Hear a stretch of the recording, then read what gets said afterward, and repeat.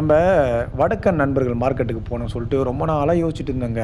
எல்லா நகரங்கள்லையுமே, ஊர்கள்லையுமே வடக்கு நண்பர்கள் வந்து மார்க்கெட் வந்து இண்டிவிஜுவலா போட்டு அவங்கவங்களுக்குள்ளே பிஸ்னஸ் பண்ணிக்க ஆரம்பிச்சுட்டாங்க.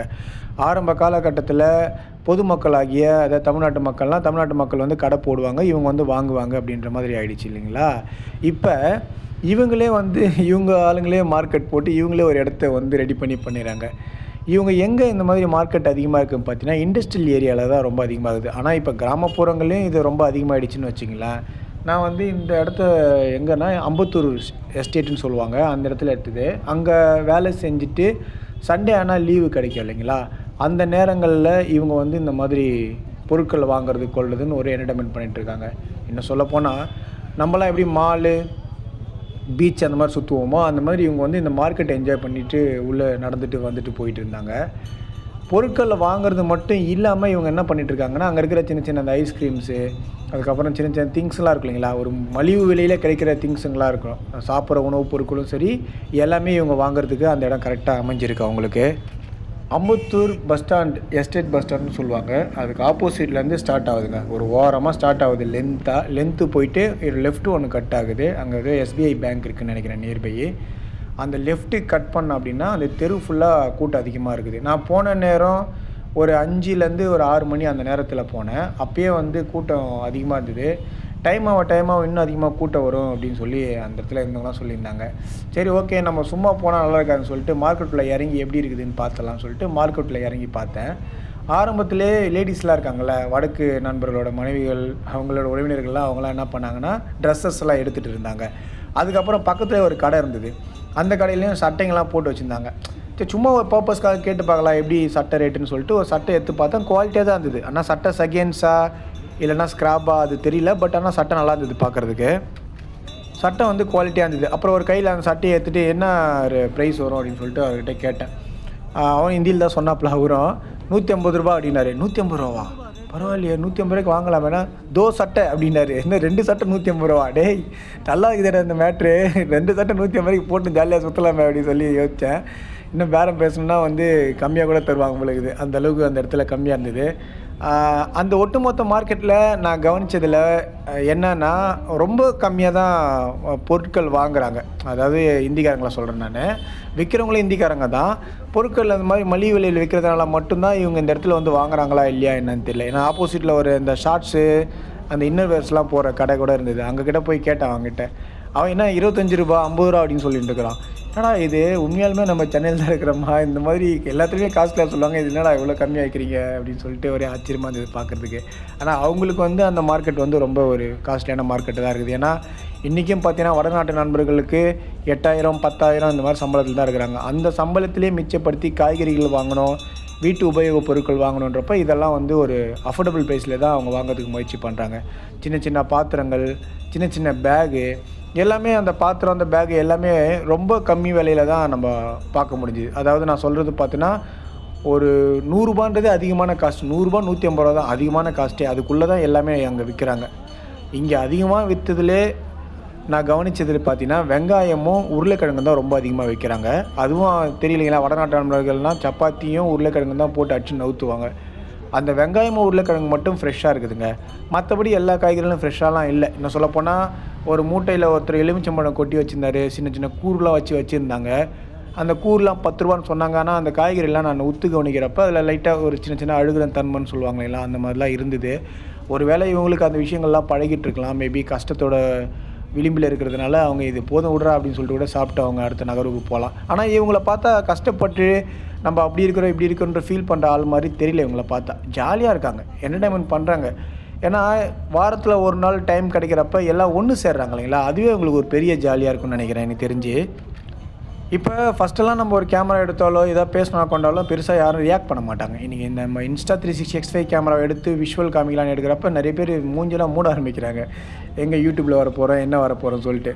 ஒரு பக்கம் இவங்க மூஞ்ச மூடுறது சமூக வலைதளம் வரக்கூடாதுன்றதுக்காக கூட இருக்கலாம். ஒரு பக்கம் நம்ம நியூஸ்லலாம் கேள்விப்படுவோம் இல்லைங்களா, பாதி பேர் அங்கே வந்து ஏதாவது சம்பவம் பண்ணிட்டு தான் இங்கே வந்து பதுங்கிக்கிறானுங்க அப்படின்னு சொல்லிட்டு. மேபி அது கூட இருக்கலாம். ஆனால் சில பேர் நண்பர்கள்லாம் என்ன பண்ணாங்கன்னா கேமரா பார்த்து ஹாய்ன்னு சொல்லிட்டு ஜாலியாக ஃபன் பண்ணிகிட்டு இருந்தாங்க. தெரு வந்து கொஞ்சம் தூரம் தாங்க போக முடிஞ்சுது. நான் டைம் ஆக டிராஃபிக் ஆகிட்டே தான் இருந்தது. ரைட் ஹேண்ட் சைடில் பார்த்தோன்னா அந்த 10 ரூபா குச்சி ஐஸ் சொல்லுவாங்களா, அது சேல்ஸ் பண்ணிட்டுருந்தாங்க. அது ஒரு ஆள் தாங்க தமிழ் ஆள் பார்க்க முடிஞ்சுது. மற்ற எல்லாருமே ஹிந்திக்காரங்களாக தான் இருந்தாங்க. அதுக்கப்புறம் ஆப்போசிட்டில் பார்த்தீங்கன்னா அந்த கோஸு, அப்புறம் அந்த அது பேர் என்ன வெள்ளரிக்காய், இந்த மாதிரி சில நீர் வகை காய்கறிகள்லாம் விற்றுருந்தாங்க. ஆனால் எல்லா இடத்துலையும் உருளைக்கிழங்கு தாங்க. நீங்கள் இந்த பக்கம் திரும்பினாலும் அந்த பக்கம் திரும்பினாலுமே உருளைக்கிழங்கை பார்க்காத இடமே உங்களுக்கு இருக்காது. மளிகை பொருட்களுமே வந்து 10 ரூபாய்க்கு பாக்கெட்டு, 20 ரூபாய்க்கு பாக்கெட்டுன்ற மாதிரிலாம் வச்சுருக்காங்க. ஏன்னா இவங்க ஸ்டே பண்ணுறது வந்து ஒரு பர்மனெண்ட் ஹவுஸ் மாதிரி இருக்காது இல்லைங்களா. அங்கங்கே அந்தந்த பொருளை கொட்டி தீர்த்துட்டு சாப்பிட்டுட்டு போயிட்டே இருக்கணுன்ற மாதிரி தான் யோசிப்பாங்க. இந்த லெஃப்ட்டில் பார்க்குறப்போ ஒரு சட்டைக்கடை இருந்தது. அந்த சட்டைக்கடைலையும் கேட்டேன். அந்த சட்டைக்கடைலையும் பார்த்தீங்கன்னா ஒரு சட்டை 100 ரூபா, 2 சட்டை வந்து 150 ரூபா அப்படின்ற மாதிரி ஒரு ஆஃபர் ப்ரைஸ் தான் கொடுத்தாங்க. சீரியஸாக சட்டை சூப்பராக இருந்துச்சுங்க. நான் பார்க்குறப்ப நல்லா தான் இருந்தது. அதுக்கப்புறம் அதுக்கு பின்புறமாக அந்த பக்கம் பார்த்துட்டு இருந்தப்போ இந்த இவங்களோட வீட்டு மனைவிகள், இவங்களோட உடன்பிறப்புகள்லாம் இருப்பாங்கள்ல, லேடிஸ்லாம் ஹிந்திக்காரங்க அவங்க இருக்காங்க இல்லைங்களா, அவங்களோட ட்ரெஸ்ஸஸ்லாம் அங்கே எடுத்துகிட்டு இருந்தாங்க. ஃபஸ்ட்டெலாம் இவங்களை நான் பார்க்கவே முடியாது அதிகமாக, வெளியில் அதிகமாக இவங்களை பார்க்கவே முடியாது. இப்போல்லாம் பார்த்தீங்கன்னா அவங்க ரொம்ப கேஷுவலாக சுற்றிட்டுருக்காங்க. அவங்க வந்து வீட்டு உணவு சமைக்கிறன்ற தாண்டி அவங்களும் இப்போ ஒரு வேலையாளாகவே ஒரு கம்பெனிக்கு வந்து மாறிடுறாங்க இல்லைங்களா. அதனால் அவங்களும் அந்த இடத்துக்கு வந்து பங்கு வகிக்கிறாங்க. எல்லாருமே ஜாலியாக ஃபன் பண்ணிவிட்டு என்ஜாய் பண்ணிகிட்டு இருந்தாங்க. ஒரு பையன் கூட என்னப்பா கேமராவா வாய் ஊயின்னு சொல்லி ஹிந்தியில் பேசிட்டு இருந்தான். அவன் என்ன பேசுகிறான் எனக்கும் தெரில, அவனுக்கும் தெரில. சரி நீ கற்று ஏதாவது பண்ணிவிட்டு போ அப்படின்னு சொல்லிட்டு இருந்தேன். நான் ஆக்சுவலாக இந்த மார்க்கெட் வந்து இதில் போய் எடுக்கலான்னு பார்த்தேங்க. ரெடில்ஸ் இருக்கு இல்லைங்களா, அந்த இடத்துல போய் எடுக்கலாம் அப்படின்னு பிளான் பண்ணேன். ஏன் அப்படின்னா ரெடில்ஸில் வந்து நிறைய கம்பெனி, அவுட்லெட் கம்பெனி, நிறைய ஃபேக்ட்ரிஸ்லாம் இருக்குல்ல, அங்கே இருக்கிற கூட்டம்லாம் ரொம்ப அதிகமாகவே வரும் அப்படின்னு சொல்லிட்டு நண்பர் ஒருத்தர் சொல்லியிருந்தார். நீ அங்கே போய் எடுறா நல்லா இருக்கணும் ஃபுட்டேஜஸ் அப்படின்னு சொல்லியிருந்தனால அங்கே போகலாம் பிளான் பண்ணேன். ஆனால் ஒவ்வொரு வாரமும் எனக்கு என்ன ஆகுதுன்னா ஏதோ ஒரு சூழ்நிலை காரணமாக தவறி போயிருந்தனால இந்த வாட்டி நம்ம இங்கே அம்பத்தூரில் ஒருத்தர் சொல்லியிருந்தார், இங்கேயும் அந்த மாதிரி கூட்டம் இருக்குது நீ போய் பாருன்னு சொல்லியிருந்தார். நான் போய் பார்த்தேன். அந்த மாதிரி தான் இருந்தது. அங்கே கூட்டங்கள் அதிகமாக இருந்தது. எல்லாருமே ரொம்ப இன்வால்வ்மெண்ட்டாக அடுத்த வாரம் தேவைகளுக்கான காய்கறிகளையும் அடுத்த வார தேவைகளுக்கான சமையல் பொருட்கள் சம்திங் எல்லாத்தையும் வாங்கிட்டு இருந்தாங்க. அதில் நம்ம மக்கள் நம்ம இடங்கள் நீங்கள் வந்து நிற்கிறோம்னு சொல்லிட்டு கேங்ஸ் வருவாங்கள்ல, அந்த கேங்ஸ் சேர்கிற மாதிரி சில பேர் நின்றுங்களையும் பார்த்தேன்.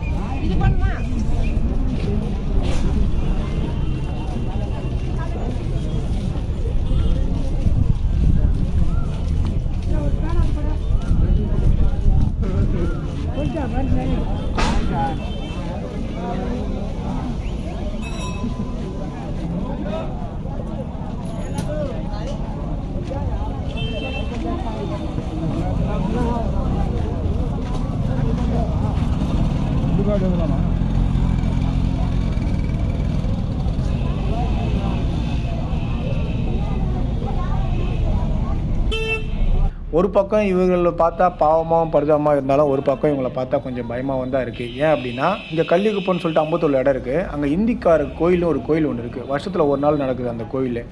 அந்த கோயிலில் பார்த்தீங்கன்னா அந்த கூட்டம் வந்து இதை பார்த்து மிரண்டுட்டங்க. எவ்வளோ கூட்டங்க, எல்லை கடந்த கூட்டங்க. அந்த ஏரியாவே டிராஃபிக்கில் சமீபித்து போயிடுச்சு. ஆரம்ப காலகட்டத்தில் அந்த இடத்துல கூட்டமே இல்லை, யாருமே இல்லைன்றதுனால அந்த இடத்துல அவங்க வாங்கி போட்டாங்களா இல்லையான்னு தெரியல. இவ்வளோ பேர் இங்கே இருக்கிறாங்க. அதுவும் இல்லாமல் இவங்க எல்லாமே ஏதாவதுனா ஒன்று கூடி பிரச்சனை பண்ணி இதெல்லாம் நியூஸில் நம்ம கேள்வி போகிறோம் இல்லைங்களா. அது ஒரு பக்கம் பயமாக இருக்க தான் செய்யும் நம்மளுக்கு. நம்ம சும்மா வந்து இல்லை நல்லவர்கள் வல்லவர்கள்னு சொல்லிட்டு எல்லா விஷயத்துலையும் சப்போர்ட்டும் பண்ணிட்டு இருக்க முடியாது. நம்மளோட சேஃப்டி நம்ம பார்க்கணும். நம்ம வீட்லேயும் குழந்தைமார்கள் அது இதுன்னு இருக்கிறாங்க. ஸோ ஓவரால் எல்லாமே பார்க்கணும் பேசணும்னு தோணுச்சு. ஏதாவது தப்பாக பேசியிருந்தா கருத்துக்களுக்கு மன்னிக்க வேண்டும். ஏன்னா என் மனசில் தோன்றதை தான் நான் உங்ககிட்ட சொன்னேன். அதே மாதிரி உங்கள் ஏரியாவில் இந்த மாதிரி ஹிந்திக்காரங்க இந்த மாதிரி மார்க்கெட் எங்கேயாவது போட்டிருக்காங்கன்னா மறக்காமல் கமெண்ட் பாக்ஸில் தெரிவிங்க. என்னால் முடிஞ்ச அளவுக்கு அதையும் நான் வீடியோ போட ட்ரை பண்ணுறேன். இல்லை இந்த ஒரு வித்தியாசமான விஷயம்லாம் பண்ணுறாங்க இவங்க அப்படின்னு சொல்லிட்டு அந்த மாதிரி ஏதாவது விஷயம் தெரிஞ்சால் கூட எனக்கு கமெண்ட் பாக்ஸில் டைப் பண்ணுங்கள். அது உங்கள் வீடியோ எடுத்து போடலாம்.